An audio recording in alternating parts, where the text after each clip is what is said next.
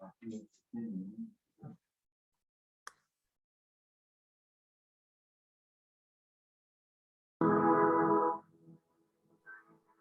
Zay Initiative, an ode to the past and not to the future, a collection of Arab dress and adornment, celebrating human narrative.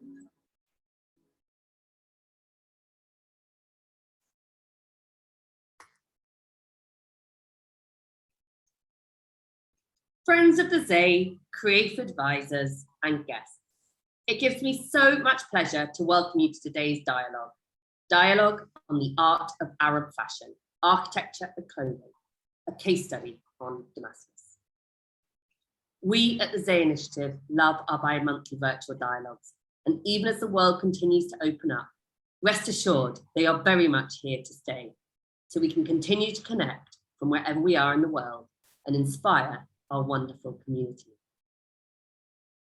I'm excited to announce that our very first virtual symposium is taking place on the 14th of November from 5 p.m. till 7 p.m. UAE. The symposium will bring to you two fascinating panels discussing the importance of collecting heritage costumes and the role and relevance of heritage for contemporary brands.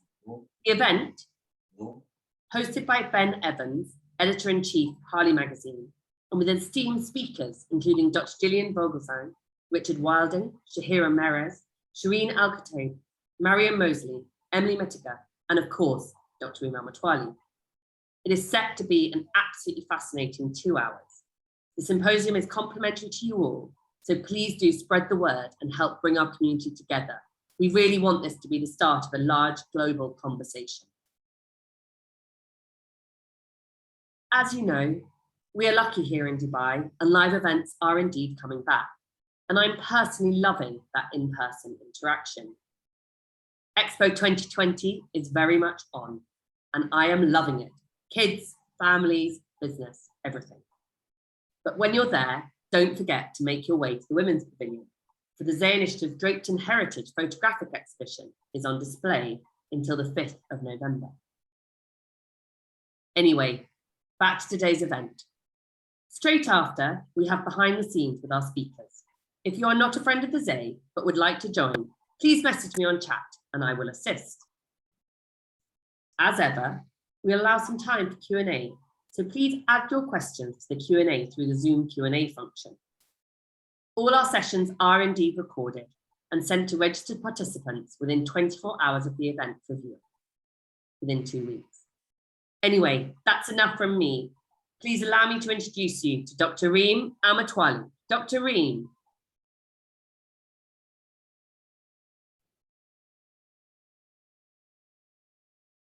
Dr. Reem, you just need to put your sound on, please, so we can all hear you. Is it on now? You're loud and clear to the world, Dr. Reem. Great. Hello and welcome. Hello and welcome to our world, a world in which we routinely converse with voices from the past, hoping to address readers from the future. As we all explore the story of dress and how to make sense of the combination of old and new. For the benefit of those who are joining us for the first time, I like to always start by explaining that our name emanates from the Arabic term Zay. Zay literally means the costume and general attire of certain country or era. And why Arabic? Because Zay is concerned with the legacy of the Arab world. Next slide, Emma. Simply put, we at the Zay Initiative collect the tangible and to narrate the intangible. We collect artifacts to help record the stories of those who used or wore them. Some of you might wonder, what do we mean when we mention the Arab world? The next slide, Emma. Not all Arabs, the Arab world is a cultural trait rather than a racial one. Not all Arabs are Muslims, nor all Muslims are Arabs. The Arab world is full of rich and diverse communities, ethnicities, religions, groups, and cultures, including Muslims, Christians, Jews, Yazidis, Kurds, Amazigh, Berber, and other minorities. Differences do exist, not only among countries, but within countries as well. There are 200 million Arabs worldwide. Generally, anyone who adopts the Arabic language is typically called an Arab. Now to take us to our guest tonight, I'm happy to welcome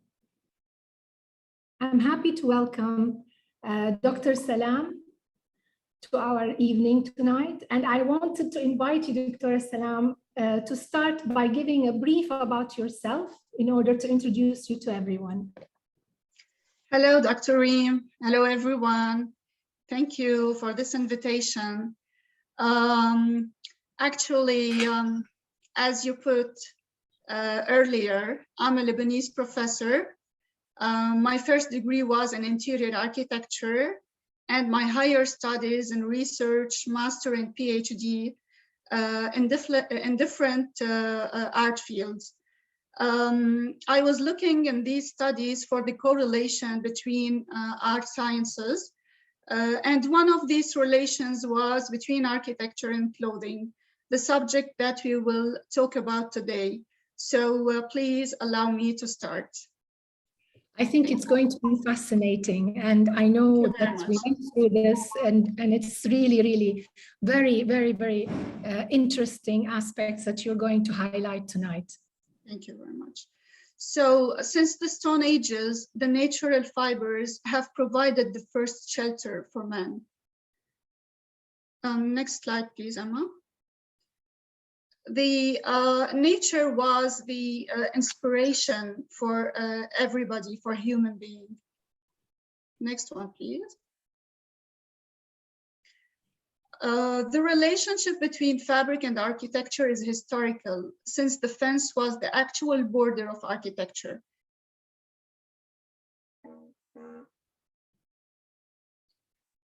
The fabric in nature has turned into technology. This technology protects people, providing them with shelter. Fabrics are the basis of the wall in architecture, whose shape has changed due to civilizational techniques and social needs. I really like the way you connected between the woven tent and the way we move on into the Kaaba itself and the cover of the Kaaba. And I know you're going to be elaborating a little bit more on that as we go on. Yeah, that's right. So weaving the carpets has had an important impact on the psychological and spiritual mentality of Arabs before the advent of Islam.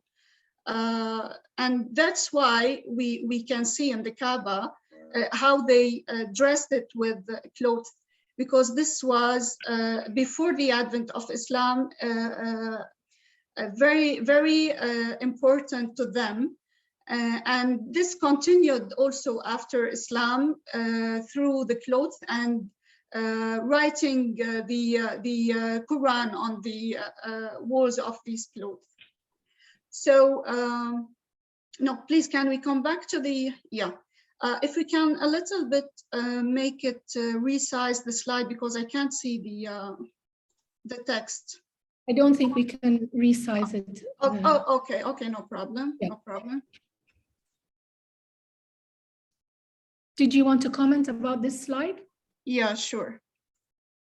So here we can see that in architecture, they use these ornaments, the same ornaments that they used to use in textile before the advent of Islam. You mean it's a continuation from the earlier civilizations that are taken and adapted through Islamic civilization? Yeah, that's right. Okay. On the next slide, please.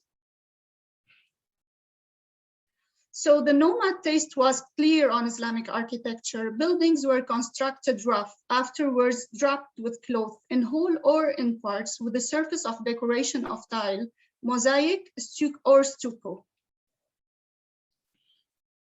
Okay, so you mean these designs were carried onto the architecture itself through, they used, who influenced who? Is it the textile that influenced the architecture, or the architecture that influenced the textile, or both? Yeah, it's an interactive relationship. Actually, we will see that finally. But first of all, the textile influenced architecture, because as we see in nature, weaving was the first original art found. So it was the inspiration. The inspiration for architecture. Yeah. So to carry the thread through, if we go back to nature and the weaving texture and the texture of plants and so on and so forth, that humans took over and continued through their weaving, eventually took them into the architectural part, and they started introducing these elements into their architecture as well. Yeah, that's right. Yeah, that's right. So the main purpose behind this research actually was the seeing these images. I have always been fascinated by the relation between architecture and clothing in the Arab Islamic world. The imagined beautiful image of the East painted by Arab, European, and Orientalist artists. Next slide, please. Perhaps this last image was my primary motivation to focus on this topic in my research, which explores this relation between architecture and clothing. The research lays out the causes behind this image, the factors that propelled it, how did it affect humans, and how both components, architecture and clothing, interplayed to affect one another. Next slide. So when we look at any Arab Islamic city or buildings, we notice that they conceal many a secret, that could be inferred from their external form. Next slide, please. Why did I choose Damascus in the 18th century? Damascus is a model for reading this relationship because of the city's ancient history, which is linked between geography and people. The oldest residential buildings that still exist today belongs to the 18th century, according to the French Research Center. This time period does not differ significantly with the previous Ottoman era within the city of Damascus, but it differs from the 19th century when European influences began to appear clearly on the Damascene artist production. Next slide. The aim of the study is determining the elements of conversion and diversion between architectural forms and the composition of clothing. Next. So the main question of this research, the problematic was, do urban elements complement and complete one another, or are they rather disjunctive? What do you mean by that? So can we see the similarities in form and content between both architecture and clothes, or they are in opposite directions? This is the main question. Okay. Next slide, please, Emma. So in order to have answers to this question, I had to explore the Damascene house with its components, elements, and details. So I analyzed these houses in depth. One of these houses was Beit al-Sibai, and this is a house for a wealthy family. So it has more than one open courtyard. It has the Haramlik, which is the place where the women stay, and the Salamlik, the place for men, and different halls for different uses. Next slide, please, Emma. The architectural volume consisted of 3 levels. We have always the basement, the ground floor, and the first floor. But the house size differs from one house to another according to how the family is wealthy, according to how many open courtyard we have. So here is a simple example. We have the plan of the ground floor, contains a courtyard with a water fountain Facing to it to the south, the E1 and 2 reception rooms, the one in red and yellow. To the north, we have the winter hold, the one up in the yellow. Yes, please. The eastern section contains the kitchen and stairs to the basement floor. And another stair leads to the first floor with 4 bedrooms. So this is an example for a simple house consisting of 3 levels and 1 open courtyard. Next one, please, Emma. I think there is a delay in the... That's okay. Yeah. Yeah, here we can see the first level with 4 bedrooms. All right. But it's very important to notice here that the house with an open courtyard is an inherited architectural style in the Eastern countries through ages. So here we can see city of Ur, and with an open courtyard, also the Babylon house, the Greek house, the Roman house, and the Abbasi house. So it's something inherited. It's not new in the Islamic Arab world. That's why, next slide, please, Emma. That's why referring to the organigram of each house will not be accurate in historical classifications, as much as determining the age of the building from the architectural details and ornaments and from the inscriptions and historical texts. That's why we're going to focus on these elements, interior architectural elements. These interior architectural elements, they give the final appearance of the Damascus house in the 18th century. You can see here the facade, which is treated with the treatment called the ablak, where the stones are alternative with the different colors. We can see the window with the ornaments above the arcade. We can see a perspective of the street with the mashrabiya hanging from the upper level.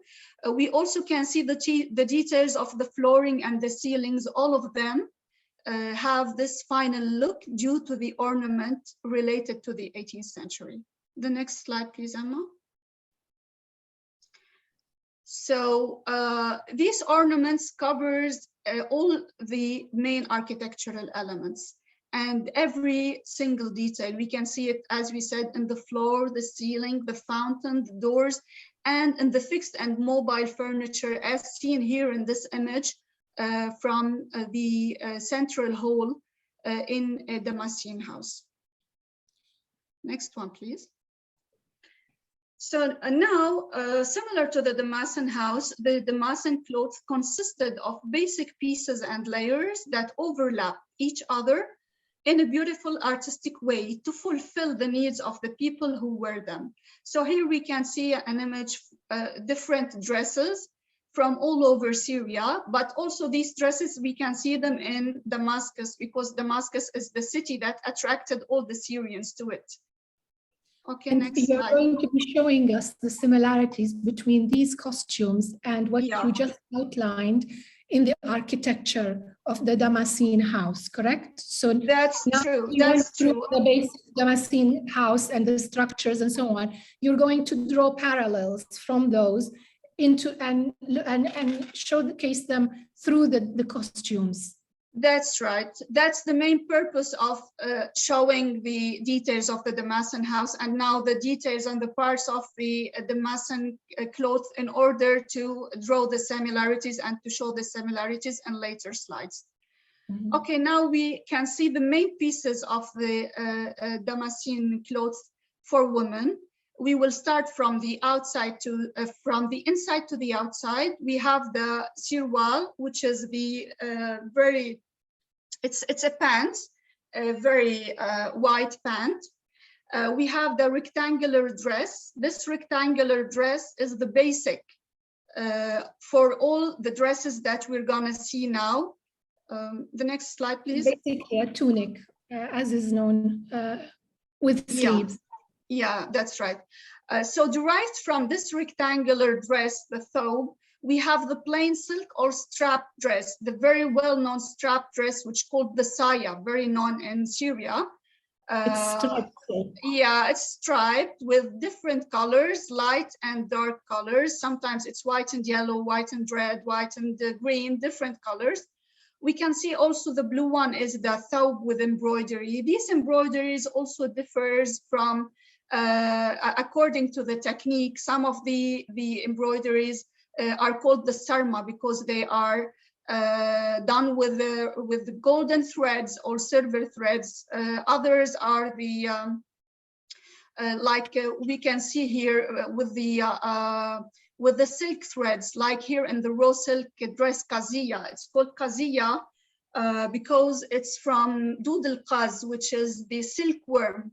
So it took the name from the silkworm. The next one, please. Really interesting, really interesting. Yeah.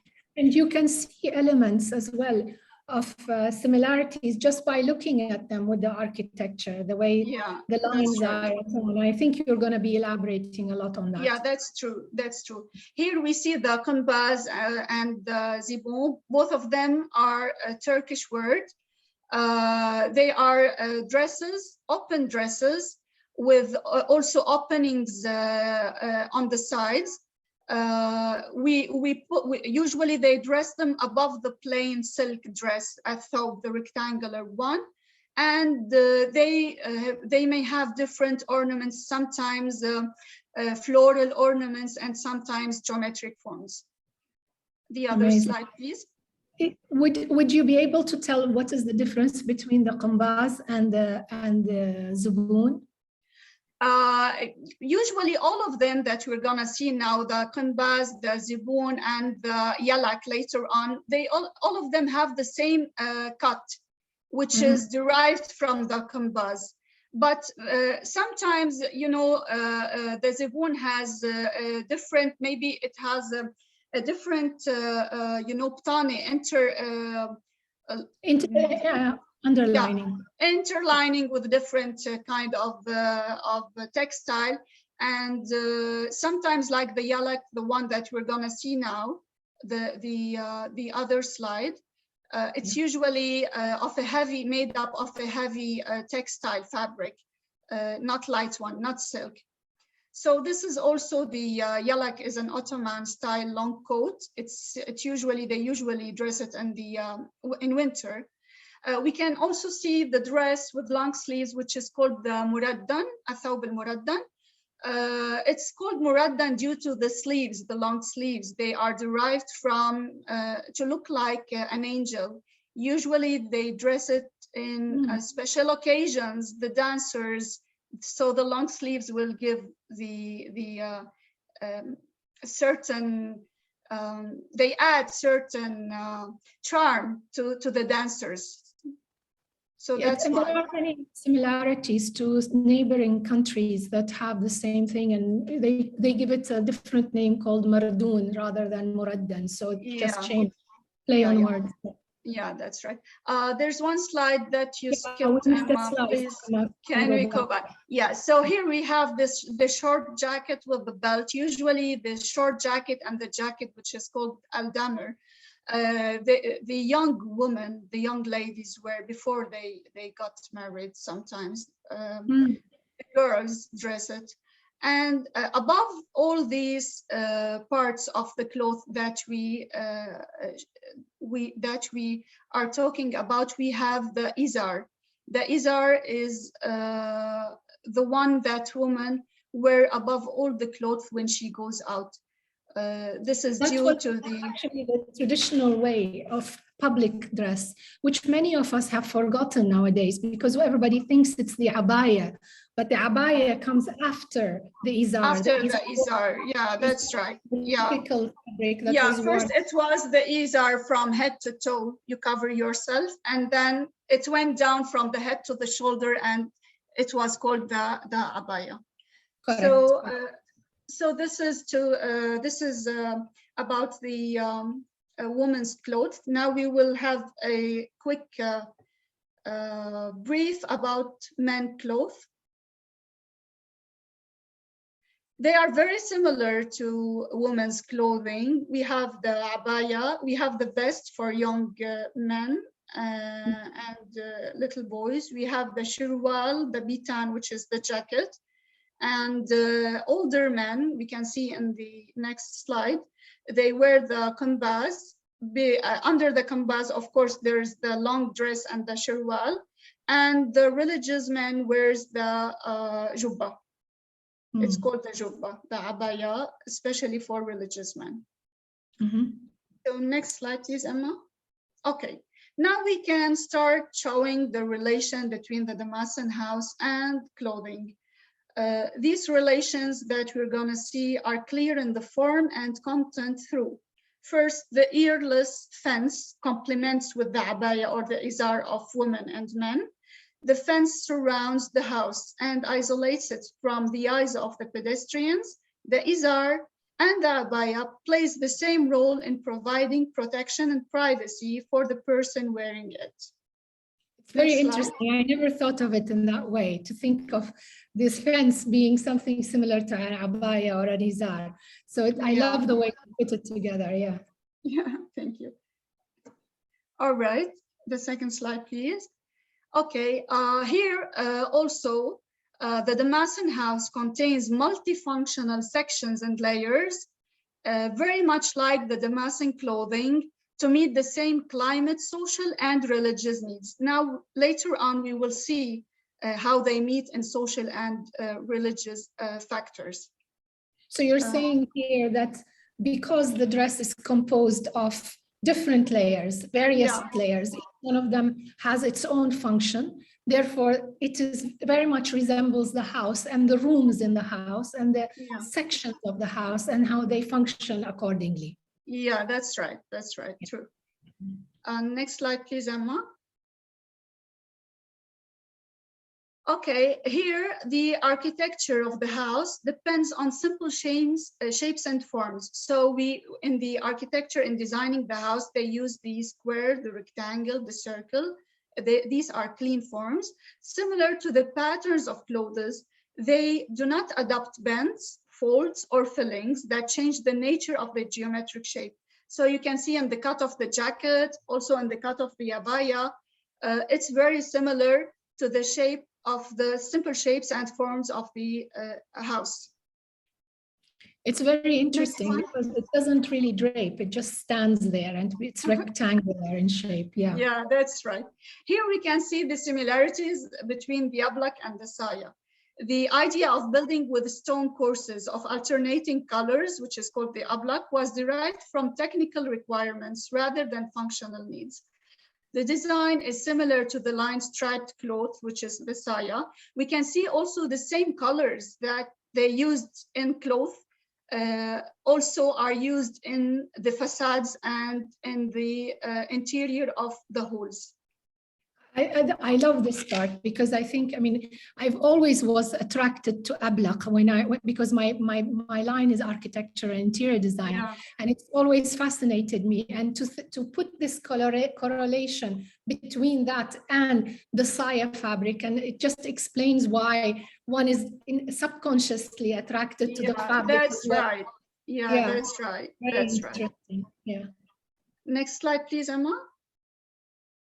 Okay, the mashrabiyya adjusts the flow of light in there and reduces their intensity. The burqa plays the same role. It has the similar function of protection from climate factors in addition to providing privacy while allowing the view of the outside. Even in the image, you can see the mashrabiyya and the burqa, how similar they look like. They are, and I love the way you connected the two together because I've never thought about it in this format, really. Yeah, they're similar in function and in form. But this is an Egyptian burqa rather than a Syrian one, or did people in Syria wear this? They used to wear the voile one, you know, not exactly this one. This one was used more in the Bedouin community, the Bedouin community, yeah. Next slide, please, Emma. Okay, here we can see the mukarnas. It's the treatment on the roof of on the top of the ceiling. It's very similar to the trimming and fringes at the end of the dress. So here's the detail of the fringes. It's very similar to it. Very true. Yeah. Next slide, please, Emma. So we come to the ornaments, which is the common the common element that confirm this relationship between architecture and clothing and establish their expressive artistic identity, which is very important. We will see later how important the symbolic images are in the psychological and mentality of the Damascene people. Next one, please, Emma. So this harmony, informant contact between the Damascene house and the Damascene clothing is a result of common social concepts that affected architecture as well as clothing. The city of Damascus is a picture of its community. It is itself a piece of art that speaks about its inhabitants and people. The artistic elements that the city offers are the fruits of this interaction of Damascenes with their environment. Second one. So the natural environment is bestowed upon us by God, and it includes the geographical and climate factors. The built urban environment is man-made, and it encompasses the historical, religious, social, cultural, political, and economic factors that we will talk about now. These environmental factors altogether influence the design of houses and clothing equally well. This is very interesting because to me, I've always seen the relationship between dress and costume or traditional clothing and all these factors that you spoke about, all these elements. But usually when I speak to people, they don't see it. And the reason I love this dialogue that we're having today is because you managed to capture this and identify it and show it to people, that as much as the furniture that is in your home and the decorative elements in your home and the style of architecture speaks volumes about all these aspects that you just mentioned, dress also can act the same way. Yeah, that's true. The dress is a mobile identity that people carry on with them wherever they go. So it's an identity, exactly like architecture is an identity of certain era, exactly like furniture is an identity of a certain era also. It's very important, and that's why I'm doing this link between both, because both of them are an artistic expression of all these factors that we talked about. So when we talk about the geographical historical relationship, it's due to natural, geographic, and climate factors on one hand, and local materials extracted from the nature surrounding on the other hand. The city's climate produces historical continuity. The second slide, please, Emma. Next one. So the religious relationship, the religious factor is very important. It had great influence on the believers, creating a specific lifestyle, referring to the Holy Quran, and its projections in respecting the privacy of the individual in society. The projection appears directly on the shape of Damascus city, where every house is a place of worship and prayer, and all other arts serve this environment, such as calligraphy, ornaments, carpets, as well as the way of dressing. This is what we were just talking about. Next slide, please, Emma. So the political, economic, and productive factors are the key to understand the cultural situation, which affected the architecture of the house as well as the Damascene costumes. Both were influenced by the Ottoman colonial style at that time in form and in content, and economically both of them are based on the needs of the Damascenes. You see here is an image for an Ottoman dress, and you see how much it's similar to the dresses that we showed earlier. Yes, cross-cultural influences is always an important aspect, and we live through it even today in the way we dress. But we don't really. Right. But now we lost this connection between architecture and clothing, unfortunately. which will be one of the questions that I'm going to ask later on. Yeah, okay. All right.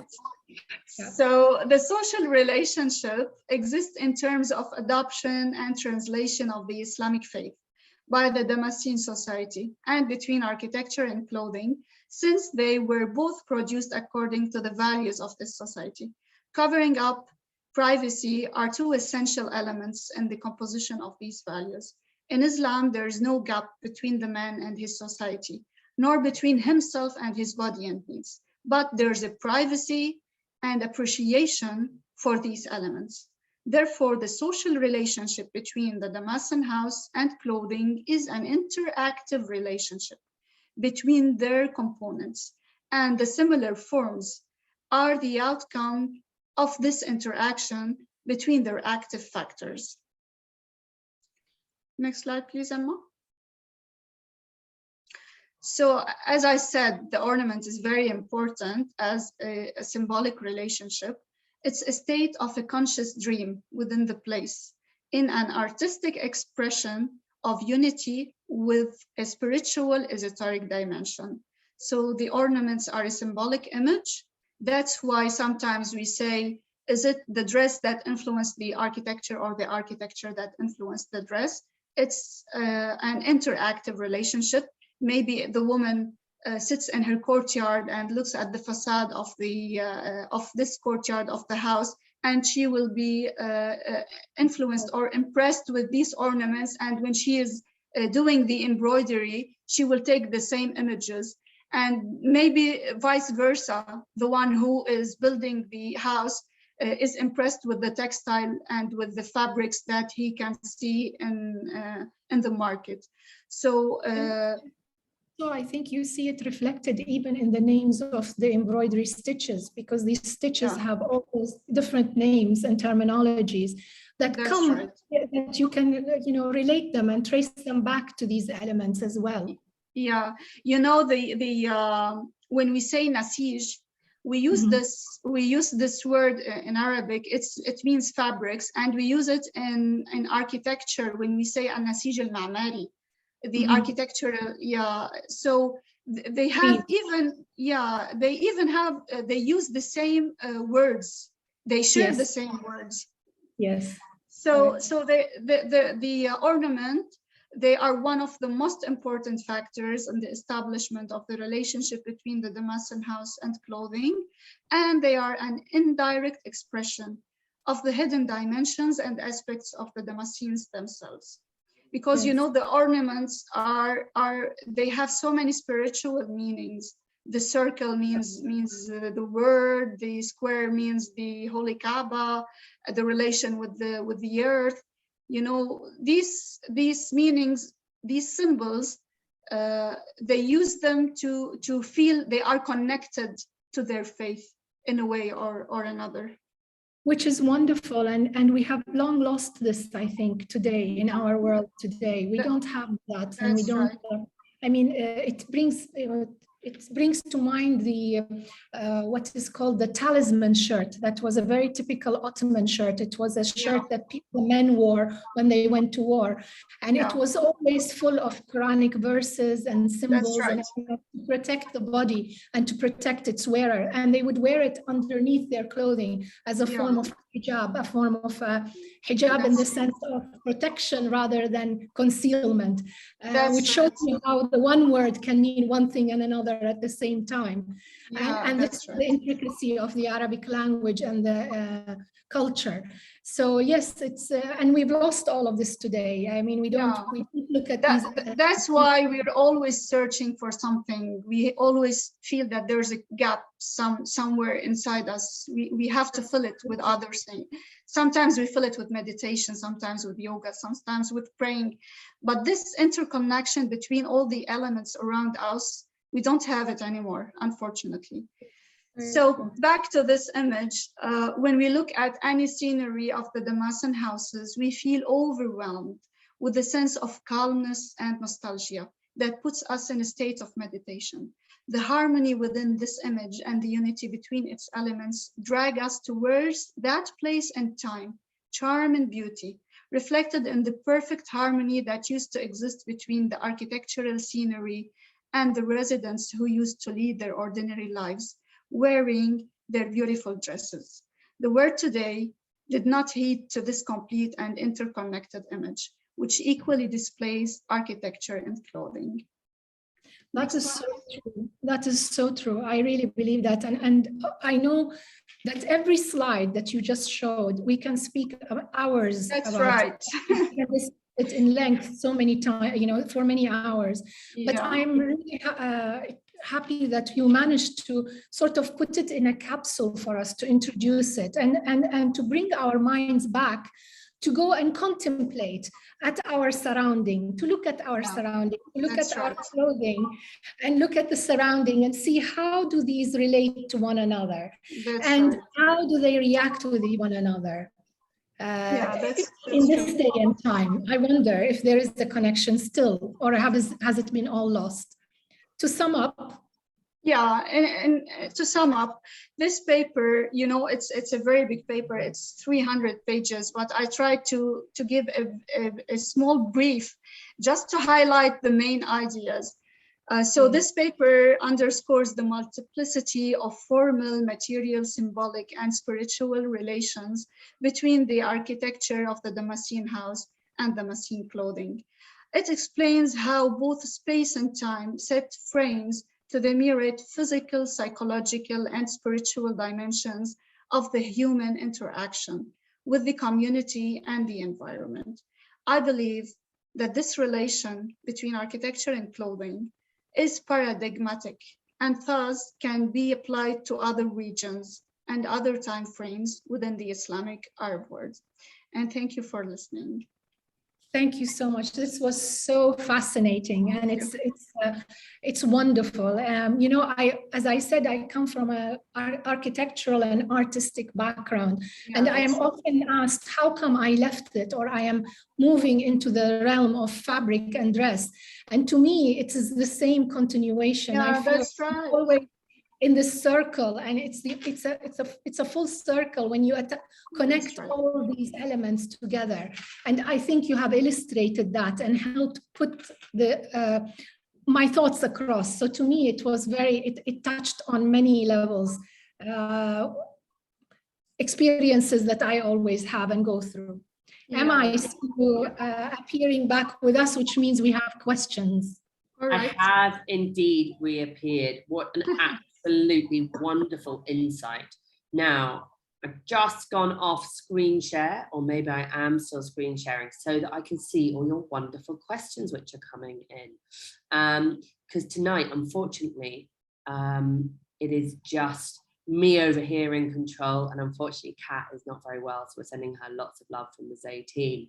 But that was just such a fascinating presentation tonight, and I think it's so interesting how clothing and architecture come together. But I think for me, before I move on to all our audience, so please do all start asking questions. I think for me, I'm desperate to see and feel and touch some of these Syrian costumes and clothing. Is that possible today? Where are they? I think is sort of my first question. I think we can see them just in the you know, in the places where preserve them. You know, the people. You know, the people nowadays do not wear these clothes. They are part of the history and the legacy of the Syrian people. Actually, if I may add, that we at the Zay have a few now that we have managed to secure into our collection. Nice. We have two of the Mardoon, or I don't know. I thought the one with the long sleeves. Yeah. Yes, we've got two of those. We have a number of abayas as well, nice. And we have one or two of the qamis style, which is the first one, the long dress, the thawb, the long shirt, the saya. Yeah. Also, we have a few of the Ottoman pieces that are the the motherhood of those pieces that we have. And we have a lot of sarma work as well. So we've got a wonderful collection that and it is increasing every day, thankfully, to those who are donating them to us and sending them to us. Thanks a lot.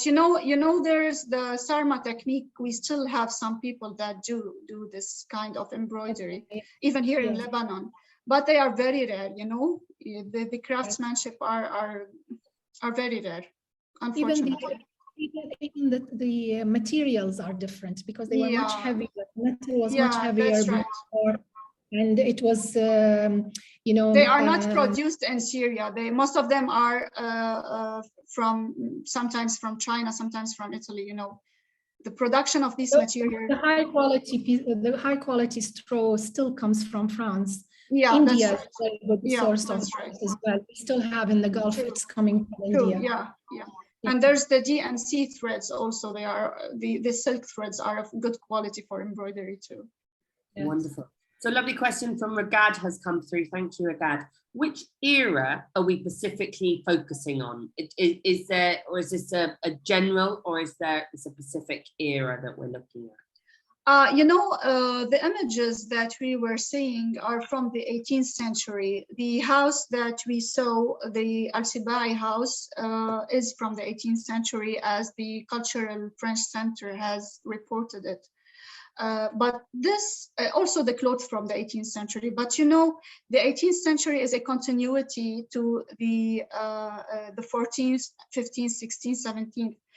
But it's different from the 19th century, when the Europeans started to influence the way of building and the way of dressing. Just fascinating. A beautiful question from Wissam.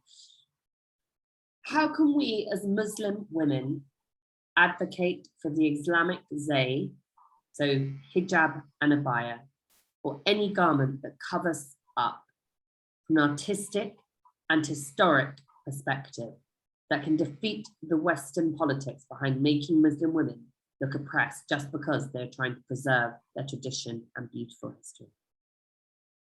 It's a long answer. We can do a thesis on that. Please, Dr. Salam.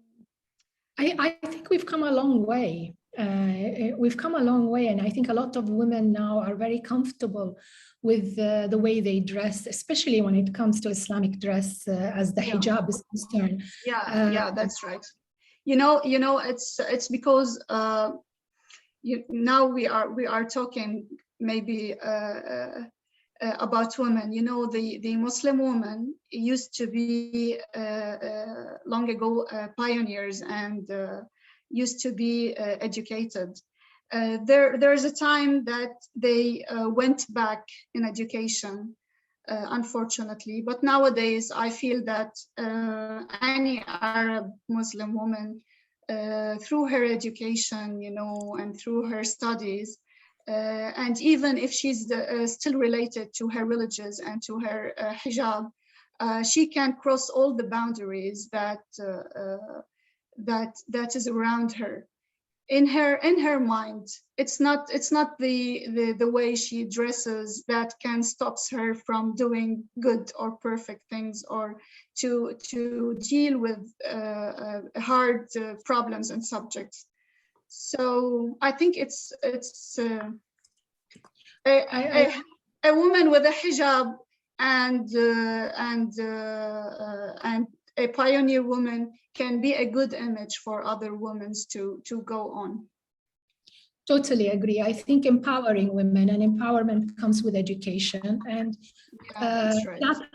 platforms such as this one, whereby dialogue takes place and people interact and have a discussion, learn about us, showing the best of our capabilities to the world will help change misconceptions about the Arab and Muslim women. And I think if we take a case study in mind, because I am broadcasting today from Dubai, where Expo is, and I have been involved with the Women's Pavilion at Expo. I think people who come and visit and see the achievements that are showcased in the Women's Pavilion at Expo women all over the world, not only the Arab or the You're Islamic doing world. very beautiful work in the expo. Yes, and it opens your eyes to where women are nowadays and how they are. And another aspect that I always like to mention is the fact that women now, by being empowered, by going into the workforce, they have their own income and they have their own That's right. means, and therefore they can make a change. They can decide on what they want to wear, how they want to wear it, and they can dictate the styles that are how can I say, that would bring them to the 21st century, but still have their own. They can be a role model for other women that are afraid to go to the 21st century with their veil. They can be a real role model. Yes, and this is happening in real life. Yes. I'm very proud that this is happening. Yes, me too. All right. It really is just fascinating. I think there's so much conversation and breadth and depth that we can continue tonight. So hopefully, Dr. Salam, we can get you back in a few months' time when you sort of continued on your paper and further explorations. Sure. I think there's clearly so much more you can share with us. So thank you so much for your time tonight. Thank you. Thank you very much. Wonderful to have you. For those, some diary dates for those in Dubai. Don't forget to head to the Women's Pavilion at Expo 2020 up until the 5th, so this Friday. See everyone virtually on the 14th for our symposium.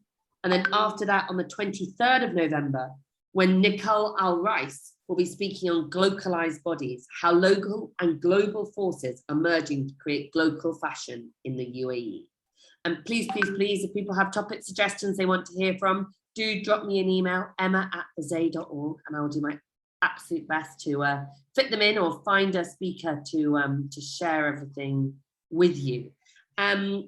Also, don't forget to look out for our newsletter, which will be in your inbox on Thursday, the 4th of November. We'll include all the details of the above that I've just mentioned, and also Dr. Reem's related podcast releases, which are going out on the 11th and the 13th of November. But anyway, in the meantime, thank you so much. All of our creative advisors and friends of the Zay and others, please do join us behind the scenes when we'll have a much more informal chat. I'll start it straight away and look forward to seeing you then. Thank you. Good night. Thank you, everyone. Thank you, Emma. Thank you, Dr. Reem. Good night. Thank you. Good night, everyone.